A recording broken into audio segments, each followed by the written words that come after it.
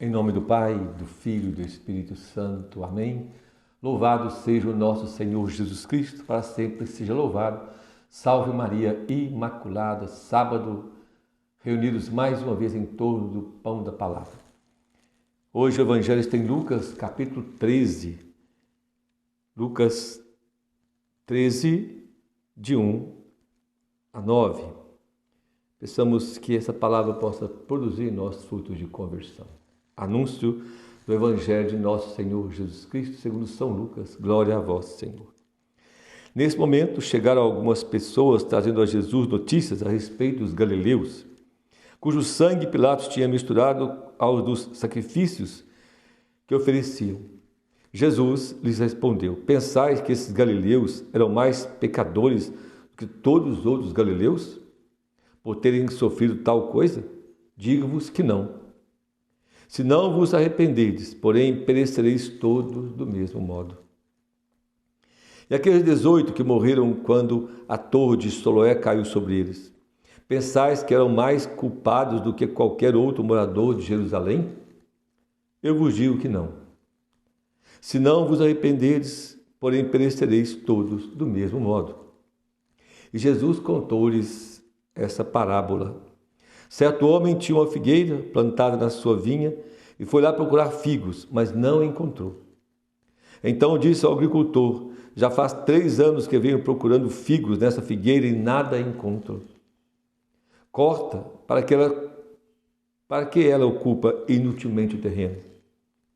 Ele, porém, respondeu: Senhor, deixa ainda este ano. Vou cavar em volta e pôr adubo. Pode ser que venha dar fruto. Caso contrário, tu a cortarás. Palavra da salvação, glória a vós, Senhor. Essa palavra hoje o Senhor nos leva a refletir sobre a nossa vida, a nossa atitude diante dos fatos que nos acontecem ou que acontecem com os outros à nossa volta. Porque nós costumamos olhar para aquele mal que acontece à nossa volta com os outros, mas sempre nós procuramos olhar e procurar um culpado. É verdade? De quem foi a culpa? Aconteceu um acidente. O que será que aconteceu? Quem foi culpado? Passou mal? Morreu? Dormiu? Foi a contramão? Foi irresponsável? Nós sempre tratamos as coisas à nossa volta, se tem uma guerra ali, se tem uma confusão ali, se tem uma família que brigou ali, se tem um assassinato ali. As coisas à nossa volta acontecem e nós sempre queremos tirar, sempre é culpado disso, culpado aquele, sempre é assim. Mas o que o Senhor está querendo mostrar para nós hoje é que dessas coisas nós podemos tirar um bem maior, um bem para a nossa vida. Até mesmo quando a morte, quando coisas horríveis acontecem, nós podemos aprender com essas coisas. Porque nós também temos aquele negócio de, foi castigo.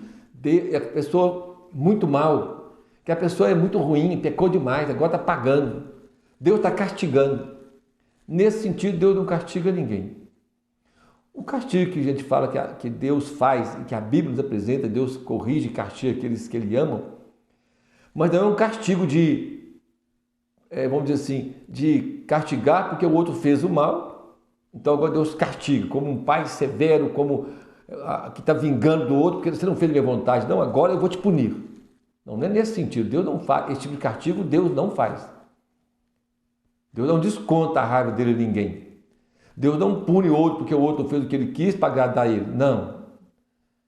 O castigo que Deus nos dá é como um pai amoroso que permite o mal em nossa vida para o nosso bem. Se não, como disse Agostinho, se Deus não fosse capaz de tirar um bem do mal, nunca permitiria o mal. Então Ele nos repreende para a nossa salvação, não para a condenação. É o contrário. Mas nós às vezes que fazemos isso, como se os bons não sofressem. Os santos, o próprio Jesus, ele sofreu tanto, Mas ele foi santo, justo, perfeito, não pecou. Nós, às vezes, que olhamos as coisas de forma errada, puramente mundanas, de forma puramente humanas, carnal, não é? Mas do mal sofrido nós podemos sempre aprender, tirar um bem, para não perecermos igualmente. Jesus alerta essas pessoas aqui, olha, vocês pensam que Pilatos sacrificou essas pessoas, misturou o sangue deles aos sacrifícios idolátricos dele, porque eram piores? Não eram igual aos outros. E aqueles sobre os quais todos o Senhor caiu, pensam que eram piores do que os outros? Não. Aí Jesus diz, se vós não arrependeres, vão perecer da mesma forma. Que mesma forma é essa? Numa vida sem sentido, ou numa morte sem sentido. Viver de forma irresponsável, de viver de qualquer jeito. E aí está a diferença. Aí está a lição que o Senhor quer nos dar. Nós precisamos dos males que acontecem em nós, perto de nós ou em nossa volta. Precisamos refletir sobre tudo isso para mudar o nosso comportamento, para mudarmos de vida e dar sentido à nossa vida. Dar sentido à nossa vida. Para que nós possamos encontrar também o sentido. E qual é o sentido da nossa vida? O sentido da nossa vida é a vida em Deus. O sentido da nossa vida é a paz em Deus, é a vida feliz em Deus, com Deus, para um dia vivermos com Ele na eternidade, a vida do eterno. Mas se nós vivemos essa vida nossa de qualquer jeito, e não aprendemos com as coisas, não aprendemos com a vida, não aprendemos com os sofrimentos, o Senhor fala, vão perecer todos da mesma forma numa vida sem sentido. Então nós precisamos começar a ter olhos espirituais, a olhar as coisas com olhos de Deus, com a fé, com a sabedoria do Espírito. É isso que eu quero nos ensinar hoje. E aí ele conta a parábola para nos mostrar da paciência de Deus. Que Deus é paciente. Lá na 2 Pedro, capítulo 3, versículo 9, Pedro fala que a paciência de Deus é porque Ele quer que todos cheguem à salvação. Mas para isso, essa paciência de Deus, usarmos bem, nós precisamos seguir o conselho de Jesus. Se não vos arrependeres, se não mudar de vida, vão perecer todos da mesma forma, uma vida sem sentido. Vamos perder o tempo aqui. Se nós não usarmos bem do tempo que Deus está nos dando. Precisamos aprender a tirar proveito dessa paciência de Deus para dar sentido à nossa vida. Para olhar a nossa vida também com olhar escatológico, ou seja, para o fim da nossa vida. Porque o amor de Deus, a paciência de Deus não tem limite, não tem fim, porque Deus é infinito, Deus não tem princípio nem fim, é eterno. Mas o nosso tempo aqui tem fim. Nós vivemos no tempo, e esse tempo tem fim. Por isso nós dizemos que a paciência de Deus chega no limite. Qual que é o limite da paciência de Deus? É a nossa morte. Não é que a paciência em Deus tem limite, mas para esse tempo ela tem. Por quê? Porque a nossa vida precisa ser vivida até a hora da morte. A conversão precisa acontecer até a morte, porque depois da morte não se converte mais. Então, precisamos aproveitar a paciência de Deus para não perecermos de qualquer maneira, para não perdermos nossa vida. Porque todos nós fomos predestinados para o céu, para a glória. Ninguém foi predestinado para o inferno. Quem fala isso é uma heresia, condenada pela igreja. Vai contra a verdade revelada que Deus veio para salvar a todos. Deus veio para a salvação de todos, de todos. E por que todos não vão se salvar? Bom, aí já é uma questão de cada um. É nós que escolhemos a nossa predestinação para o céu, ou contrariamos a Deus e vamos para o inferno, perdemos nossa alma experimentamos a morte já neste mundo. Lá na carta de São Paulo aos Efésios, capítulo 1, versículos 5 e 6, nos fala claramente isso, que Deus nos predestinou para a sua glória. Todos nós fomos predestinados para a vida eterna, que já começa aqui. Começa aqui. Então nós precisamos viver mais segundo Deus, pelo Espírito. A leitura de hoje nos fala disso, quando São Paulo, a carta aos Romanos, capítulo 8,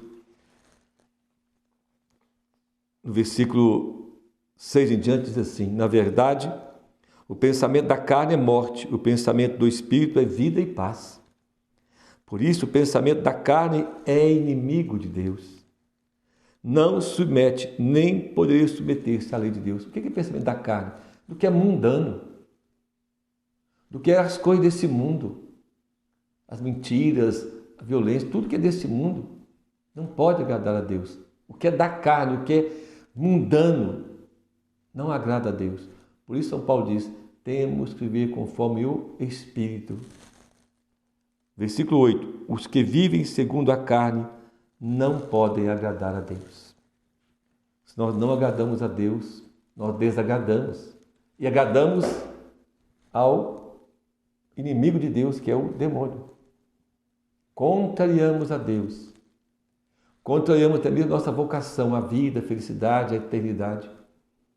Então, meu irmão e minha irmã, nesta manhã, peçamos a luz do Espírito Santo para não perecermos, não vivermos uma vida de qualquer jeito e morrer uma morte sem sentido. Mas vamos dar sentido à nossa vida, à vida. Dar sentido àquilo que Deus faz em nós, dar sentido à nossa história. Nós vemos de Deus e para Deus nós devemos voltar. Fomos predestinados para o céu, todos nós, todos, sem exceção. Porque o Senhor nos ama e nos criou para o céu. O Senhor nos dê sabedoria, discernimento, para as coisas que nos acontecerem em nossa volta, ou em nossa vida, ou na vida dos nossos irmãos e irmãs, nós possamos tirar um bem maior. Uma lição de vida. Não julgar ninguém, não condenar e nem procurar culpados, mas com sabedoria aprendemos para não perecermos da mesma forma. Que o Espírito Santo nos capacite para que nós possamos pensar segundo o Espírito. Que a Virgem Maria nos ajude a sermos servos e escravos do Senhor para uma vida feliz aqui e também na eternidade. Que o Senhor nos abençoe. Em nome do Pai, do Filho e do Espírito Santo. Amém. Louvado seja o nosso Senhor Jesus Cristo, para sempre seja louvado. Salve Maria Imaculada. Dê um like, se inscreva no nosso canal, divulgue e nos ajude a evangelizar.